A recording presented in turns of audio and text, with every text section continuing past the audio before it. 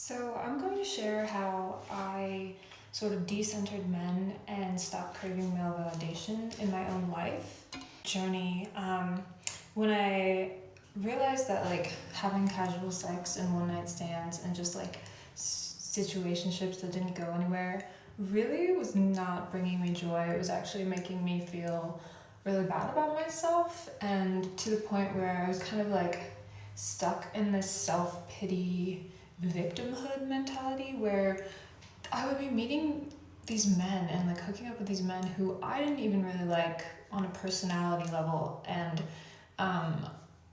then they would just turn out to be fuck boys or just people who would use me for sex and then never want to talk to me again, and I would be allow myself to be so offended by it, but at the same time I think it was just to garner self-pity from myself.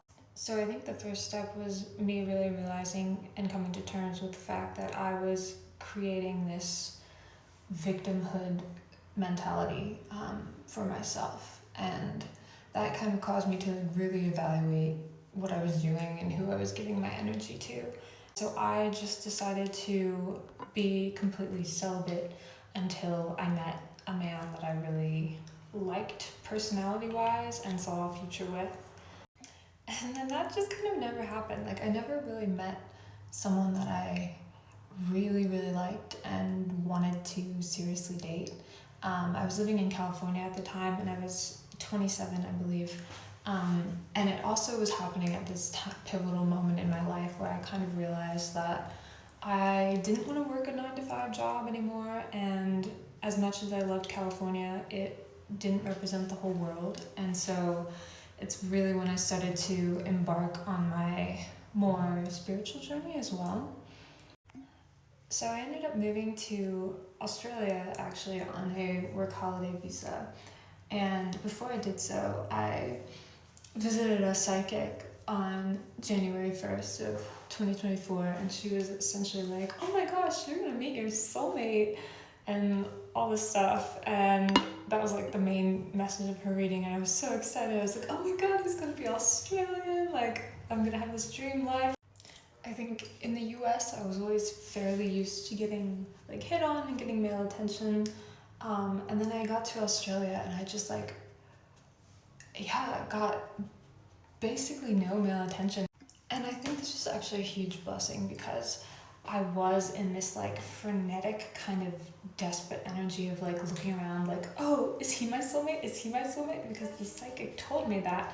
And I was just kind of seeing all these beautiful men everywhere, and then kind of realizing that I was just in this desperate sort of energy, and that desperate energy was so palpable that people, and men especially, didn't really respond well to it. I think I wasn't even really doing anything. I was just looking at everyone with such expectation that I think people could sense that.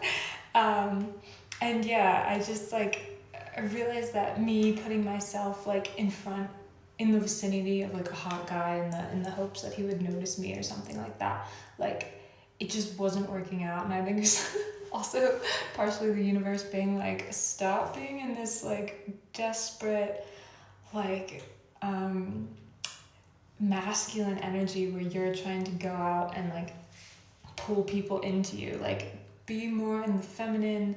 So that was a large lesson for me as well. I realized that going to bars and clubs really wasn't conducive to me meeting the types of men that I wanted to meet. Not to say that you can't meet decent men at bars and clubs, but it just wasn't my experience, so I'm not going to keep repeating that pattern. That wasn't working. And so I was also realizing that I was in this very as much as I was wanting male validation, I was also in this very man-hating energy as well, because I was resenting men for not being good enough.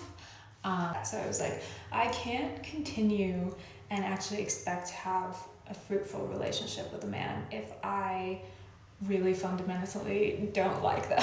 So I really need to start working on my concept of men in general and to improve it. So that is when I decided to stop going to bars and clubs, and I in Australia, the hippie community is really big, like the hippie backpacker van life community. I was living in a car also for the whole year, which was a whole whole other story. So I was really kind of engaging with more conscious communities, I would say. Not that there's not still a lot of problems within like the hippie community and things like that regarding men, but for the most part, those men that I was meeting were at least seeming like they were trying to work on themselves and better themselves. And so within that community, I ended up meeting like a guy friend who we both talked about it and we were both like, we do not want this to be romantic, like this is purely just a friendship. And I could tell that he genuinely loved me as a person, and like that there was no weird sexual tension like I was used to with my other male friendships. And that was just so healing for me in so many levels. I just really met a man that I found to be like a really, really genuinely good person and who I could relate to on like a way deeper, more spiritual level, which had previously not been the case with me and male interactions. So that was just like deeply healing for me. So I was also at the point in my van life experience where I was really craving community and stability. So I ended up going to this place called the Christian Village and living in community with a bunch of other like backpackers and really making strong connections with the men there because I saw them really trying to better themselves and really just being on this like more spiritual path. So this was a period of deep healing and processing for me while I was in this community. And a lot of what I was processing was that I actually had a lot of body image issues that I had since childhood, and that the crux of my desire for male validation really came from me not validating myself and my looks and my own essence. And I came to the realization that historically, no matter what anyone said to validate my appearance, it never really penetrated for me. And that it was always just going to be this constant battle of me versus me. So I decided that I actually had to just start disciplining my own thoughts. And anytime that a negative thought pattern would start to creep up, in my head I was like, no, we can't do this. Honestly, the battle just has to be over. I cannot even entertain this thought. I also came to the conclusion that I needed to be a lot more discerning with my energy. In the past, I thought that I needed to like radiate love and light at all times. And I would walk down the street just smiling at everybody and be really affected if someone didn't smile back at me.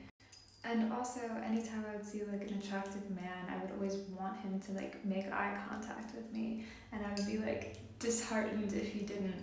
So I also realized that I was just giving my energy away so freely to everyone. And I actually challenged myself. I would walk down these really popular trails and where I knew I would encounter a lot of people. And my challenge was just not make eye contact with anyone and to fully keep my energy to myself. So if a hot guy was walking by, I didn't even know if he was hot because I literally didn't even see him. So keeping my energy to myself really served as this palate cleanse for me, where I started also just trusting in the universe and trusting in my path and realizing that the right people would be placed in my path and that I really didn't have to go and seek them out. And I really started applying that logic to just everything that I did in my life. And really trusting that if the universe can place all of these really pivotal people in my life, then it will also be able to place my ideal partner in my life when I'm ready. I also started working on my own self-concept and, taking the time to wash my hair, put on makeup when I had the energy, and put together a cute outfit that made me feel a lot more confident when I stepped outside for the day. And now I'm to the point where I just see men as just other people and other people that I can connect with in any way that I want to, and I don't have this expectation or attachment to them being my soulmate or anything like that. I actually am just really looking for friendship at this point in my life. And I've been meeting really genuinely great men and not even having to try. So it's been really good.